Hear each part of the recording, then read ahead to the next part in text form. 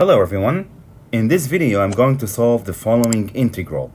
Integral from 0 to 1 of x to the power of the square root of x dx. This is similar to another famous integral, that's the integral from 0 to 1 of x to the power of x dx, and this is called a Bernoulli integral in honor to the mathematician John Bernoulli, and he evaluated this integral in the year 1697. So how do we solve this integral? The first step to do is to apply the following transformation. X to the power of square root of x is e to the ln of x to the power of square root of x, which is equal to this. So now it becomes an exponential expression, and this enables us to apply the Maclaurin expansion of e to the power of x. All we have to do is replace x by the square root of x times ln of x. And this is what we get.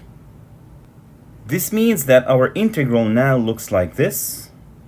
We do a little simplification and we get this integral. Now here we have an infinite number of terms. We have x to the half times the ln of x times ln squared of x, and so on. Does this mean that we have to calculate all these integrals? Well, in principle, yes. But actually we are lucky because there is a formula which we can use which will help us calculate all these integrals in one shot. What is this integral? I'm talking about this integral from 0 to 1 x to the power of m times the ln of x to the power of n dx. M and n could be any rational numbers, which exactly matches with all our integrals.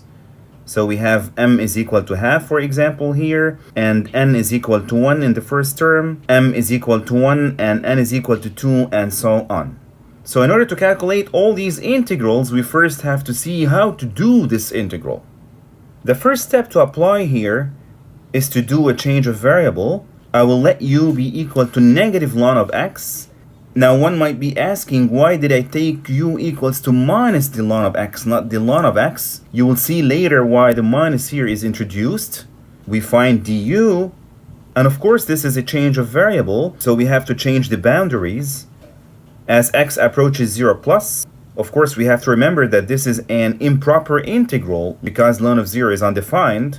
So as x approaches 0 plus, u becomes minus ln of 0 plus, that's minus infinity, which is plus infinity. And if I replace x by 1, I will get u equal to 0.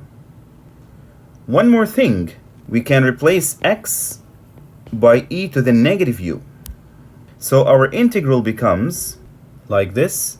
X becomes e to the negative u, ln of x is minus u, and dx is replaced by minus x du. Let's also get rid of this x, and that's the integral we get so far. Let us first switch these two terms. Of course, we have to switch these two terms and multiply by minus at the same time. That's the integral we get. Moreover, this term looks like minus 1 to the power of n times u to the power of n, and these minuses cancel out, and we get the following. We notice as well that this is e to the minus u to the power of 1.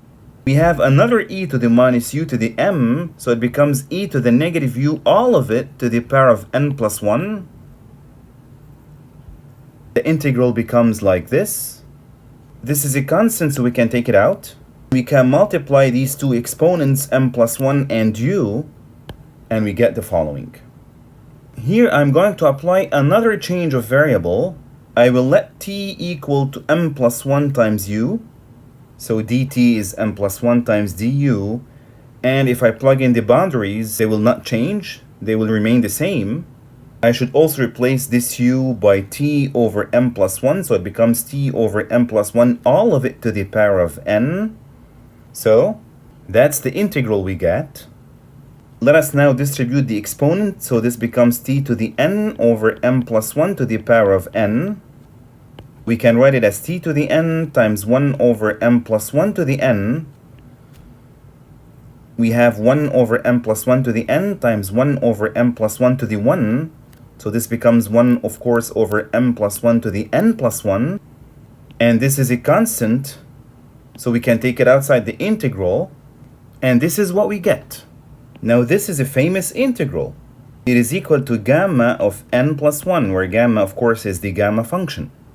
Moreover, what we need here is that gamma of n plus 1 is equal to n factorial. That's a property of the gamma function.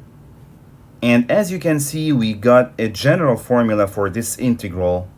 And now we can head up to the main integral and solve it. So again, this is our integral. Of course, the integral of 1 is x, and here it's from 0 to 1. What about these? Let's apply the formula we got on some of these integrals and try to generalize the expression. For the first integral, m is half, and n is equal to 1 because it's ln of x to the power of 1.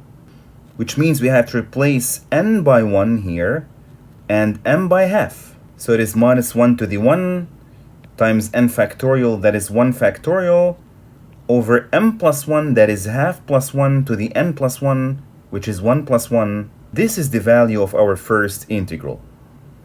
Let's do it for the second integral. So we have m is equal to 1 because it's x to the 1 times ln of x to the n, so n is 2. So we replace the n by 2 and the m by 1. We get this answer.